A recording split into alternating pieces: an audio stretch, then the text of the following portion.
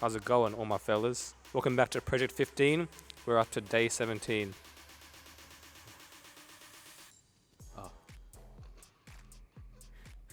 Mark, we're going to be reading from Mark 9, verses 1 to 13, which is about the famous Transfiguration. Hey you, have you paused yet? Right now, no cheating. Pause. Yeah, pause. Mate. Oh wait, the thing! Oh. Pause. Billy Barker.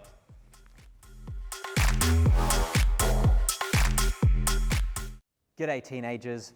Well, today we read the incredible story in Mark chapter 9 about the Transfiguration of Jesus. Transfiguration is a big word, maybe you've never heard it before, but it just means to transform or change appearance into something incredible or something beautiful. I'm sure you've seen an incredible view or an incredible mountain or the ocean, something really, really beautiful like a forest. Well, today, in today's story, the Transfiguration of Jesus allowed his disciples, his students, to see his most glorious form. You see, we tend to think about Christmas as the day Jesus was born, but Christmas is just the day when Jesus came into this world. At Christmas, Jesus became a baby. He took on flesh and became a human being. But Jesus has always existed. From eternity past to eternity in the future, Jesus has always existed. And at the Transfiguration, Jesus changed temporarily from his human form back into his eternal form in order to show his students what his true glory looked like and how amazing and glorious his true appearance was. And notice it says that as the men watched, Jesus' appearance was transformed and his clothes became dazzling, far wider than any earthly bleach could ever make them. So these disciples got the unique glimpse into Jesus' glorious and majestic state. And at the Transfiguration, we notice that the disciples are stunned. They cannot believe what they are seeing. And with Jesus, they see Jesus in his glorified state.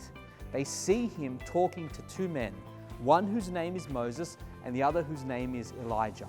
Now, I wish I had time to unpack who these two men are, but just quickly, they were two really, really important figures, two really, really important leaders in Israel's past. And the reason why they appear with Jesus now at the Transfiguration, even though they had long since died, was so that people, Jesus' students, could see that the Old Testament story with all the many, many stories that feature in the Old Testament, with all of these really important characters like Moses and Elijah, is really about pointing to Jesus. Jesus wanted his disciples to know that the Old Testament was pointing to him. The Old Testament, if we compared the Bible to a movie, the Old Testament was like the first scene. And what Jesus is showing his disciples is that he is who the movie is about. He is the central character. So never get lost when you're reading the Bible. Always remember that the story is about Jesus.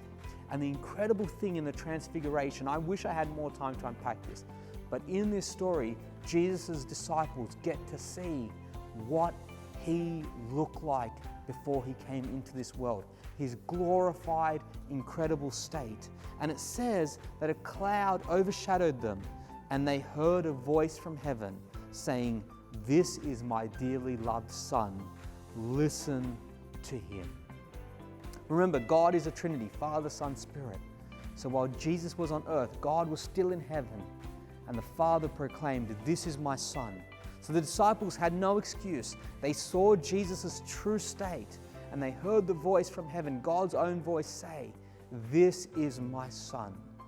So brothers and sisters, teenagers, I want you to know, one day you and I will die, and we will stand in the presence of the Almighty, all-powerful Creator, and we will see this Jesus who we only read about. We will see him face to face. And words can't capture how incredible God is. But one day, we will see the incredible power and majesty, the glory of Jesus in person. God bless you, teenagers. Let's go now into our 7 minutes of prayer.